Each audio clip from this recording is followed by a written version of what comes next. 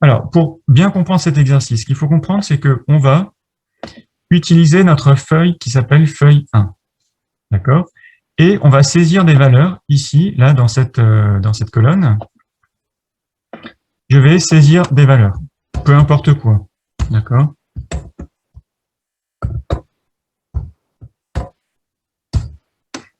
L'idée, c'est que ce qu'on veut, c'est que le programme.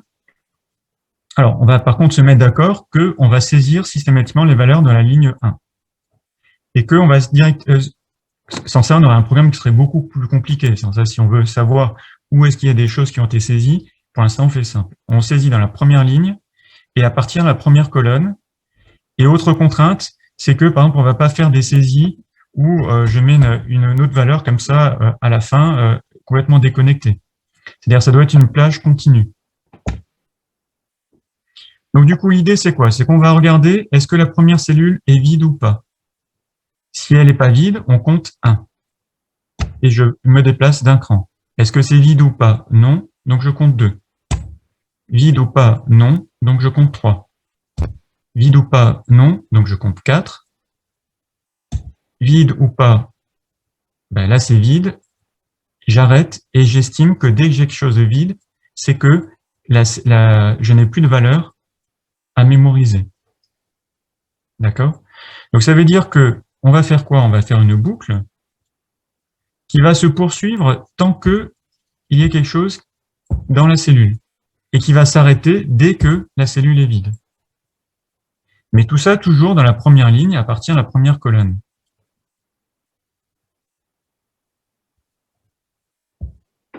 Vous me dites si ce que j'ai expliqué, vous ne comprenez pas. Alors, on va faire ça. On va le faire donc. Tout à l'heure, on a utilisé une boucle for to next, ce qui est cohérent lorsqu'on connaît exactement le nombre d'itérations. Ici, en fait, on ne sait pas jusqu'où on a saisi des valeurs dans la première ligne. Donc là, on n'a pas le choix, soit on fait une do loop until, soit une while went.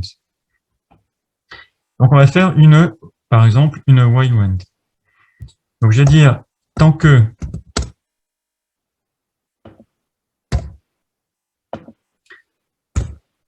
donc tant que on a quelque chose qui est vide sur une feuille de calcul. Alors, on va travailler sur une feuille de calcul. La feuille, c'était quoi? C'était, si vous regardez l'onglet numéro 1, c'était ce qui était en feuille 1. Ici, on a un seul classeur d'ouvert. Donc, on n'a pas besoin de préciser le workbook. Donc ça, je vous réfère au cours. Donc, on sait que c'est la feuille 1, on va regarder dans une cellule. Alors, dans quelle cellule est-ce qu'on va regarder? On va regarder dans la cellule de la ligne, toujours de la ligne 1. Donc ici, la ligne, donc vous voyez ici, row index, c'est le numéro de ligne, c'est 1. Et colonne index, c'est le numéro de colonne. Et bien là, le numéro de colonne, il va bouger. On sera d'abord en première colonne, deuxième colonne, troisième, etc. Donc on va dire que ce sera notre variable i. Et donc, tant que cette value de la cellule, tant que elle est différente d'une cellule vide, donc différent d'une cellule vide, c'est une cellule dans laquelle il y a un caractère vide. Donc, les caractères, c'est des guillemets. Si on met rien à l'intérieur, ça veut dire que c'est vide. Eh bien, tant qu'on fait ça, on va augmenter notre itérateur.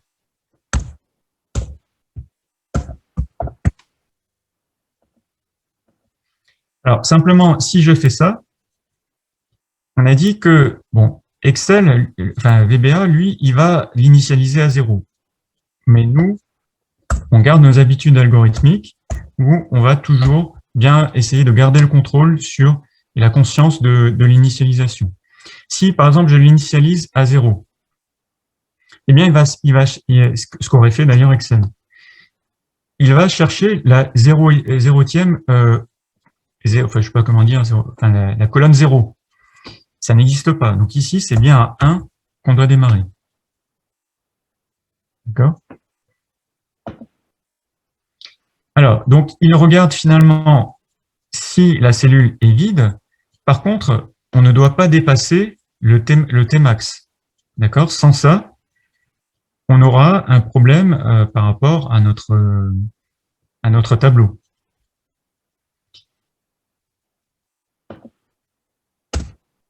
Donc, on va dire tant que on a ça et tant que I est strictement inférieur à Tmax, est inférieur ou égal à Tmax,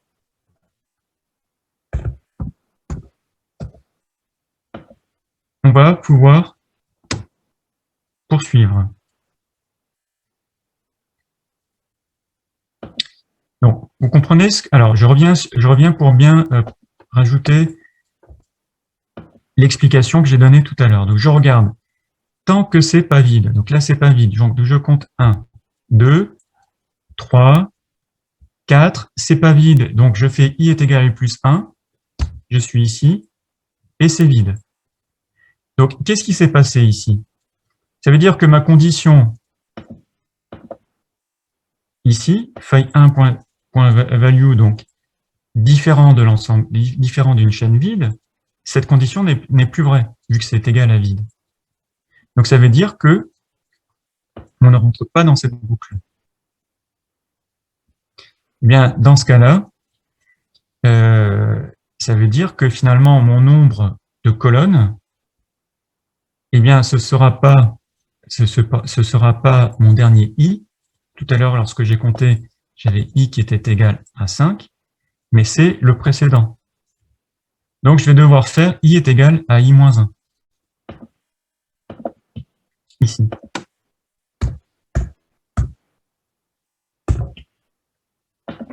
D'accord? Alors, regardez, si j'affiche un message box, après j'enlèverai le message box juste pour contrôler ce qu'on fait déjà. Ça veut dire que, alors pour l'exécuter, il faut vraiment que vous ayez déjà saisi des valeurs dans la feuille 1. Donc, si j'exécute, il me dit que I est égal à 4, c'est-à-dire que j'ai bien ici 4 éléments. D'accord? Si je modifie, je mets un 5e élément,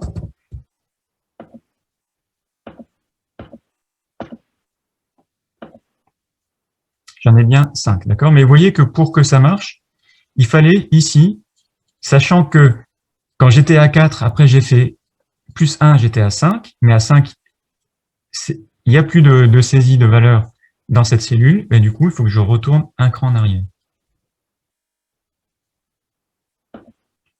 Donc maintenant, ce I, c'est bien, on a bien finalement le nombre d'éléments qui sont saisis dans la première ligne. Alors, donc ça, c'était donc déterminer le nombre d'éléments saisis dans la première ligne du classeur. Maintenant, ce que je veux, c'est stocker ces éléments. Donc, dans un tableau, le tableau qu'on a créé en question 1, et après de les afficher dans la feuille 2 du classeur. Donc, du coup, stocker les éléments, ça, c'est la question. C'est exactement cette question qu'on a faite ici. D'accord? Sauf que cette fois-ci, alors, vous voyez que là, le risque que je vais avoir ici, c'est que, regardez, j'ai fait un copier-coller, sauf que j'utilise I, et I, c'était là mon nombre d'éléments qui sont saisis dans la feuille 1. Donc là, pour éviter ce genre de problème, je vais plutôt utiliser, tenez, regardez, en copier-collant, on avait notre variable n, donc je vais plutôt dire que ça, c'est n, donc le nombre d'éléments qui ont été saisis. Du coup, là, je vais bien pouvoir faire mon copier-coller, i est égal à 1 jusqu'à n, et de faire mes input box. Voilà, pardon, ce ne sera pas des input box dans ce cas-là, ce sera tout simplement copier les éléments de ma feuille de calcul, donc ceux qui sont ici, là, feuille 1.sales, etc. C'est ces éléments-là qui vont être copiés, d'accord? Donc à partir de tous ceux sur lesquels j'avais bouclé. Donc ça, c'est la question 3.